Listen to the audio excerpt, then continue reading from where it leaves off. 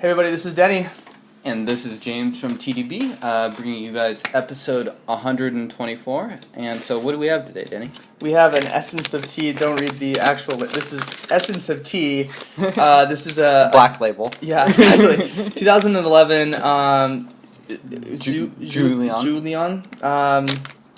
Dancong, but apparently it's a Wooey. It's from Wooey, but it's using a Dancong bridle.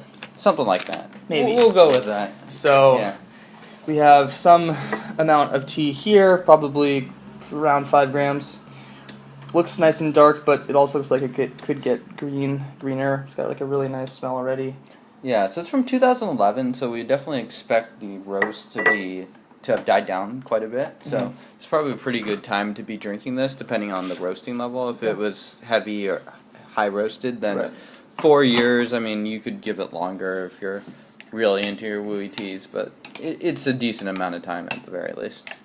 And already it's just so different in its liqueur than our previous episode where we had a Wooey. Mm-hmm. Much more of that charcoal, dark red. Mm-hmm. Yeah. Smell? Wow, it's got a really wonderful raisin nose to it. And still a touch of that roast in the nose, at least. Yep. But yeah, like raisin, plum, like very sweet. Yep. And I think, like I said last time, it'll be interesting to see how this plays out because, especially with a Phoenix like this, the varietal is very aromatic, and the from my experience with Wooey, the actual hot. The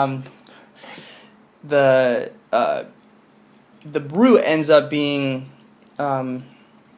pretty, not bitter, but it's got that rock sweetness, It's got that kind of, I don't know, effervescent sweetness to it. And I also remembered that this sample was swapped to me by Richard, so thank you, Richard. Cheers. Thank you, Richard. Cheers to Richard.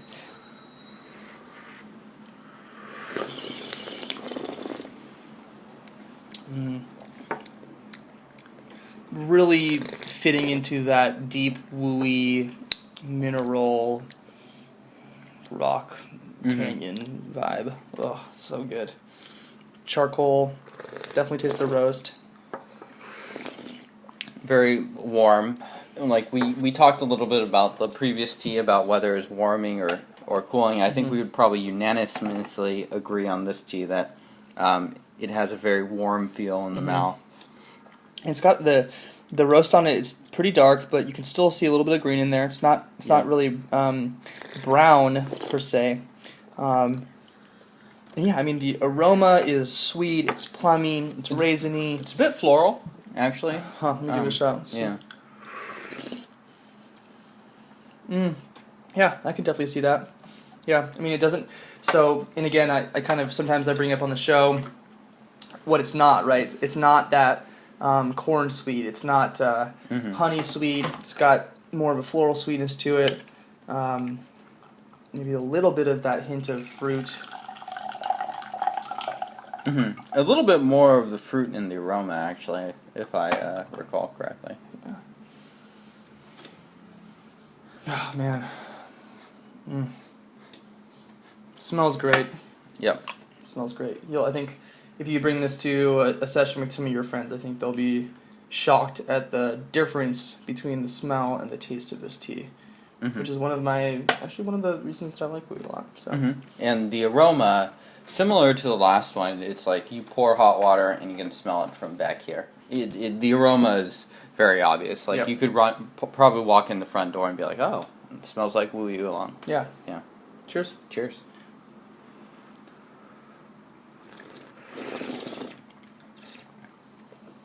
It's smooth out.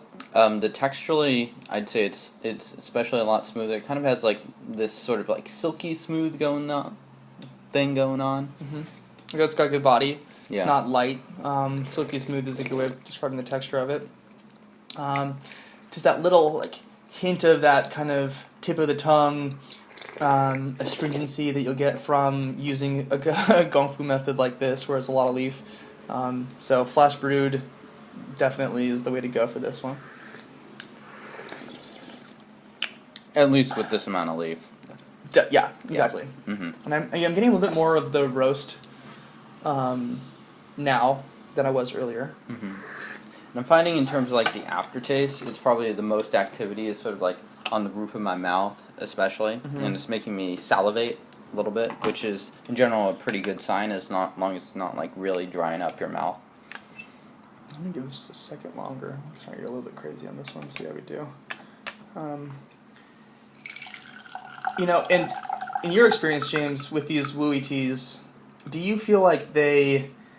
We brought this up a little bit last time, but do you feel like they change in flavor and evolve more? Do they kind of just stick with what they are and get a little bit more robust and then die off a little bit more? How would you describe the change in the brews? Like through the session? Yeah. I think probably you're going to get your roastiest infusions early on. Mm-hmm. You'll taste kind of like in storage for puer or whatever. You like, if it's had especially like traditional or wetter storage, you're going to taste that early on, and then eventually you'll get to more of the tea flavors. So similarly, you're going to get a lot of the roast flavors early on. And like if there are storage flavors, like if this was like 10 years old, you'd probably get you'd be able to tell that on the first few. Right. And then, I mean, Wooeys are fun because they have a big evolution and they can change a lot depending on how you brew them. And they brew up fast, too. So I definitely recommend hitting it quickly, early. And, I don't know, the flavors can really vary a lot depending on the actual tea. Yeah. No, this one for me feels deeply in the center of your traditional Wooey category. Mm-hmm. Really great depth. It's got nice body. It's got a really it's got that nice rock sweetness. Some really interesting. I definitely agree with the salivation. Really interesting little kind of complexities of returning flavors.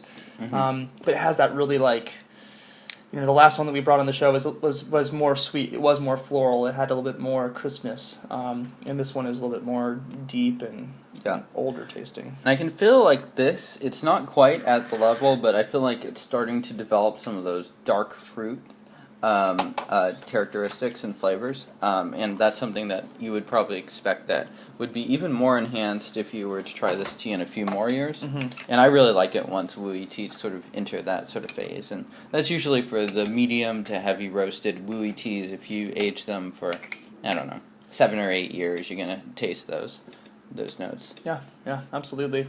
This is really delicious. And always fun just to exchange teas and try different stuff. So this brew looks kind of like a deep red, so yeah.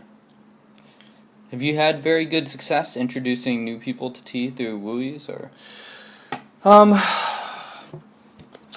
No. Honestly.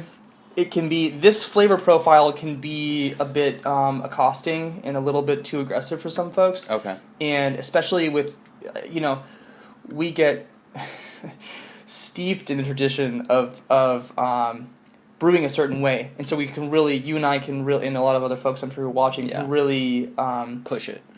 Yeah. And these can be, for someone who's not used to drinking tea ever, can just be kind of like, ugh, Bit bitter or something. Yeah, a little bit bitter. Maybe make your stomach a little bit curled if you're not, if you haven't had enough food or you're not quite used to it. So these are definitely some aggressive flavors, but at the same time, I think there's a lot of complexity and for sure. Yeah, a lot of fun in there. So yeah, let's give another shot. Cheers. Yeah, cheers. It's getting really deep colored. Yeah.